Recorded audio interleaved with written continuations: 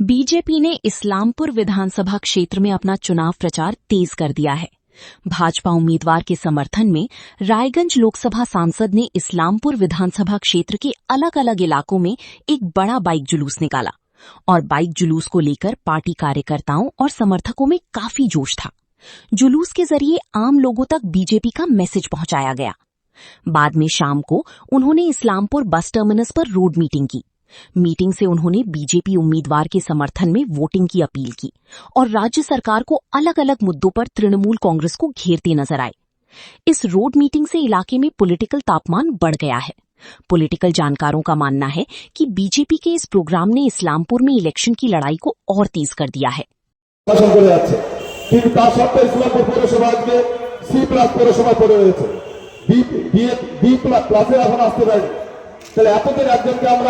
ক্ষমতা রেখেছি, এবার সময় এসেছে আপনাদেরকে পরিবর্তন করা।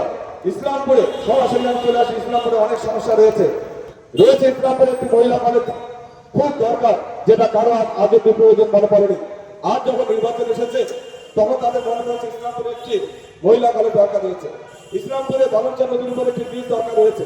আজ যখন নির্বাচন এসেছে তখন তাদের মনে পড়েছে ইসলামপুরে দলঞ্চা ব্রিজে একটা ব্রিজ তৈরি করতে হবে। ইসলামপুরে কোনো মহিলাদের ওপেন কোনো জিম নেই। ইসলামপুরে নেই কোনো সুইমিং পুল। ইসলামপুরে এরকম বহু সমস্যা রয়েছে। আমরা যারা ইসলামপুরের ছেলে, ইসলামপুরের ভূমিপুত্র, তারা আমরা জানি ইসলামপুরের সমস্যাগুলো। ইসলামপুরের সমস্যা একমাত্র দূর করতে পারে ইসলামপুরের কোনো ভূমিপুত্র ছেলে, যে ইসলামপুরে দীর্ঘদিন ধরে ইসলামপুরকে নিজের মতন করে রেখেছে। আমি স্বপ্ন দেখি ইসলামপুরকে আপনাদের মতন করে একটি সুন্দর শহর এবং ইসলামপুরকে রাজ্যের মধ্যে একটি সেরা শহরে পরিণত করার জন্য। সম্পূর্ণ বিধানসভা অনেক সমস্যা রয়েছে। আমাদের এখানে কয়েক কোটি টাকা খরচা করেছে বৈদ্যুতিক চুল্লি তৈরি করা হয়েছে। সেখানে আপনারা লক্ষ্য করবেন সরকারি টাকা নষ্ট করে সেই বৈদ্যুতিক চুল্লিটা বোঝায় ফেলে রাখা হয়েছে। আমরা জানি আমাদের একটা জেনারেশন, আমরা সব দেওয়া কাজ কিন্তু জানি না, কিন্তু সেক্ষেত্রেও অনেক কষ্ট হয়, কিন্তু সেই কষ্ট বোঝালে ইসলামপুরে কিন্তু কেউ নেই। এরকম বহু সমস্যা রয়েছে। ইসলামপুরে ড্রেনের সমস্যা রয়েছে, ইসলামপুরে যানজটের সমস্যা। সেই সমস্যাগুলো দীর্ঘদিন ধরে ইসলামপুরের মধ্যে আমরা ভুগেছি। ইসলামপুরের এই যানজটের সমস্যার জন্য প্রাণ হারিয়েছে কিন্তু আমাদেরই ঘরের সন্তান, আমাদেরই ঘরের ভাই, আমাদের ঘরের দাদারা। কিন্তু এই সমস্যার সমাধান দরকার। আমি সকল ইসলামপুরবাসীর কাছে হাত জোর করে অনুরোধ করছি, একটিবারের জন্য ভারতীয় জনতা পার্টিকে সুযোগ দিন। আমি দেখাতে চাই ইসলামপুর শহর কেমন হয়। আপনাদের স্বপ্ন আমার স্বপ্ন। এই বলে আমি সংক্ষিপ্ত বক্তব্য শেষ করতে চাই। দেখুন, কোনো পার্টির কী এজেন্ডা সেটা সে পার্টি নিজে ঠিক করবে। আজকে আপনি দেখেছেন যে আমাদের যে সমস্ত এরিয়ায় আমাদের প্রতিটা জায়গায় মাইনরিটি মোর্চা আসে, তারা কাজ করছে। একটা পার্টির কি ডিসিশন, কি পলিসি, সেটা যারা পার্টির উপর ডিপেন্ডেন্ট লিডার রয়েছে তারা সেই ডিসিশন মেকিং তারা সেটা করবে এবং তারা সেটার যেটা জবাব আসে সেটা দিয়ে দেবে। আজকে সারাদিন আপনি ইসলামপুরে ছিলেন, সারাদিন ঘুরে বেড়িয়েছেন, কি মনে হলো? দেখুন, ইসলামপুরবাসী খুব সচেতন এবং তারা জানে যেখানে কি করতে হবে। আমার বিশ্বাস তারা সঠিক ডিসিশন নেবে। কারণ আজকে এই শহরের কি পরিস্থিতি আপনারা সবাই জানেন। এই শহর দীর্ঘদিনের শহর, এই শহর সাব ডিভিশন, কিন্তু এখানে কোনো ডেভেলপমেন্ট নেই। আগামী দিনে মানুষ সিদ্ধান্ত নেবে যে ইসলামপুর শহর এবং ইসলামপুর বিধানসভার জন্য মানুষ সঠিক ডিসিশনটা। কাল সংসদে মহিলা বিল পেশ হয়েছে এবং তারপর সেই বিল পাস হয়নি, কি বলবেন?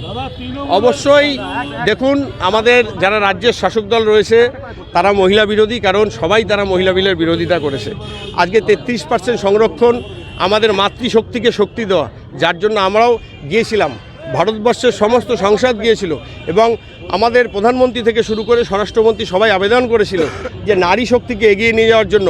আমরা মুখে সবাই বলি নারী শক্তিকে এগিয়ে নিয়ে যাব, কিন্তু আজকে নারী শক্তিকে এগিয়ে নিয়ে যাওয়ার জন্য যে ভোটাভুটি বা সংসদে 2/3 সংখ্যাগরিষ্ঠতা দরকার ছিল, সেটা আমাদের সরকার পায়নি। কারণ সেখানে কংগ্রেস সহ তৃণমূল সহ সমস্ত বিরোধী রাজনৈতিক দল এই বিলের বিরোধিতা করেছে। সেই জন্য এই বিল পাস হয়নি। আগামীতে সরকার আবার চেষ্টা করবে। দীপঙ্কর দা বলো। তৃণমূল সমর্থন দেয়নি, যার কারণে মহিলা বিল পাস হলো না। তো তাহলে কি যারা রাজ্যে এনডিএর বিরোধী আছে তারা কি মহিলা বিরোধী দল হিসাবে? অবশ্যই আমি বলছি তো, কংগ্রেস হোক তৃণমূল হোক সবাই মহিলা বিরোধী। নাহলে আজকে 33% সংরক্ষণ হবে, আমার মাতৃশক্তি এগিয়ে যাবে, তাই সেই বিলের তারা বিরোধিতা করলো। তারা অবশ্যই মহিলা বিরোধী। এই বিলের বিরোধিতা করা মানে মহিলা বিলের বিরোধিতা করা। ইসলামপুরকে জেলা করার জন্য দীর্ঘদিন ধরে আন্দোলন হচ্ছে, সেই ব্যাপারে আপনি মঞ্চ থেকে একবারও বললেন না, কিন্তু অন্য ইস্যুগুলো তুলে ধরলেন। দেখুন, ইসলামপুরের জেলা আমি শুনেছি এর আগেও। এবার ব্যাপার হচ্ছে একটা জেলা তৈরি করতে গেলে তার অনেক কিছু ক্রাইটেরিয়া আছে। আমাদের সরকার আসার পর অবশ্যই আমরা সেটা ভাববো যে এটা কোন ক্রাইটেরিয়ায় কীভাবে করা যায়, কারণ আমরা আগে পশ্চিম দিনাজপুর ছিলাম, সেটা ভাগ হয়ে আমাদের উত্তর দক্ষিণ দিনাজপুর হয়েছে, কিন্তু ভাগটা বড় কথা না, আজকে উত্তর দক্ষিণ সবই হয়েছে, কিন্তু আমরা তো সেই ডেভেলপমেন্টের তিমিরেই রয়েছি। আর একটা ক্রাইটেরিয়া অনুযায়ী আগামী দিনে যদি ডিলিমিটেশন হয় সেখানে হয়তো অনেক কিছু হতে পারে। আমরাও যেটা শুনছি ডিলিমিটেশন হবে, সেখানে আমাদের সংসদ সংখ্যা প্রায় 850 হবে, পশ্চিমবঙ্গে 63 হবে, সেই ক্ষেত্রে অনেক ডিসিশন নেওয়া যেতে পারে। জেলায় দেখা যাচ্ছে যে মানে বিজেপিতে মহিলা প্রার্থী না, বিজেপিতে মহিলা প্রার্থী নেই, সেটা আপনি অন্যান্য রাজনৈতিক দলও দেখে নেন না যে মহিলা প্রার্থী, সেটা ব্যাপার না। মহিলা প্রার্থী আমাদের প্রচুর রয়েছে, এবার বিশেষ করে জেলায় নেই বললে ভুল হবে, আমাদের সবিতা বর্মন ইটাহারের মহিলা প্রার্থী রয়েছে। কার্তিকদা, যেটা হচ্ছে যে রায়গঞ্জের বিধায়ক কৃষ্ণ কল্যাণ, তিনি হচ্ছে এর আগে একটি হচ্ছে প্রাইম চ্যানেলের সাংবাদিকের কাছে বলেছেন যে এর আগে দুজন বিজেপির বিধায়ক ছিলেন, দেবশ্রী চৌধুরী এবং কার্তিক পাল। আপনি ভূমিপুত্র হিসাবে জেলায় অনেক উন্নয়ন করেছেন, এটা আমরা সংবাদ মহল জানি, কিন্তু তিনি সরাসরি বলছেন আপনার উন্নয়নের টাকা ফেরত চলে গেছে, কালকেই বলেছেন তিনি। দেখুন, প্রথম কথা আমি একটা কথা বলি, আমি দিনে যা বলি রাতেও তাই বলি। আপনারা নিশ্চয়ই ইসলামপুর প্রেস ক্লাবে আসেন, আপনারা জানেন অলরেডি আপনাদের একটা ওয়ার্ক অর্ডার হয়েছে, বা আপনারা দেখবেন যে আমার প্রায় 80টা শ্মশানের কাজ শুরু হয়েছে, তার সাথে সাথে প্রায় 150-এর উপরে আমার হাইমাস্ট লাইট হয়েছে, এবং তার সাথে সাথে আরও বিভিন্ন সংস্থাকে আমার পুরো যে টাকাটা সেটা দেওয়া হয়েছে।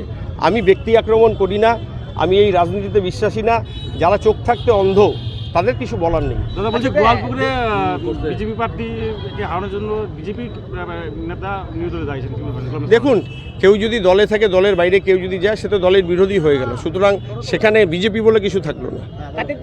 আপনি বললেন মঞ্চ থেকে ভূমিপুত্র বললেন চিত্রজিৎ রায়কে, কিন্তু এখানে দীর্ঘদিন ধরে জেলা সভাপতি এবং পৌরসভার পৌরপিতা রয়েছেন, তাকে তৃণমূল প্রার্থী করেছে, কতটা প্রতিদ্বন্দ্বী হবে এবং ভূমিপুত্রকে জয়ের আশ্বাস করলেন, কি বলবেন? দেখুন, আমি একটা কথা বলি, উনি পরীক্ষিত, এবার আমি ইসলামপুরবাসীর উপরে ছাড়লাম, তারা কি সিদ্ধান্ত নিল। শেষ প্রশ্ন যেটা কার্তিকদা, 11 বারের বিধায়ক আব্দুল করিম চৌধুরী, এই অস্ত্রে কম বেশি এই ইমোশনটায় সবাই শান দিচ্ছে। আজকে সাংসদ হিসাবে আপনি বললেন আপনি মানুষের সাংসদ, করিম চৌধুরীর সুস্থতা কামনা করলেন। করিম চৌধুরী আজকে নির্বাচনের প্রচারে নেই কারণ তিনি অসুস্থ, কি বলবেন, কতটা ফ্যাক্টর আছে? দেখুন, আমি ফ্যাক্টর বলছি না, আমি ওনাকে শ্রদ্ধা করি, সম্মান করি, এবং ওনার সাথে দেখা হলে আমি প্রণাম করি, কারণ উনি আমাদের অনেক সিনিয়র, আপনারা সবাই জানবেন। উনি একটা সময় একটা ইস্যু নিয়ে তিনি মাথায়ও ফেটি রেখেছিলেন। আজকে উনি অসুস্থ, উনি কতটা অসুস্থ সেটা আমাদেরকেও ভাবতে হবে, এবং হট করে তিনি ছিলেন সুস্থ ছিলেন, হঠাৎ করে অসুস্থ হয়ে গেলেন, তিনি কোনো মেন্টালি শক পেয়েছেন কি না, হয়তো সেই জন্য তিনি অসুস্থ হয়ে যেতে পারেন। তবে আমি ঈশ্বরের কাছে প্রার্থনা করব, ওনাকে শ্রদ্ধা করি, উনি খুব তাড়াতাড়ি সুস্থ হয়ে উঠুন।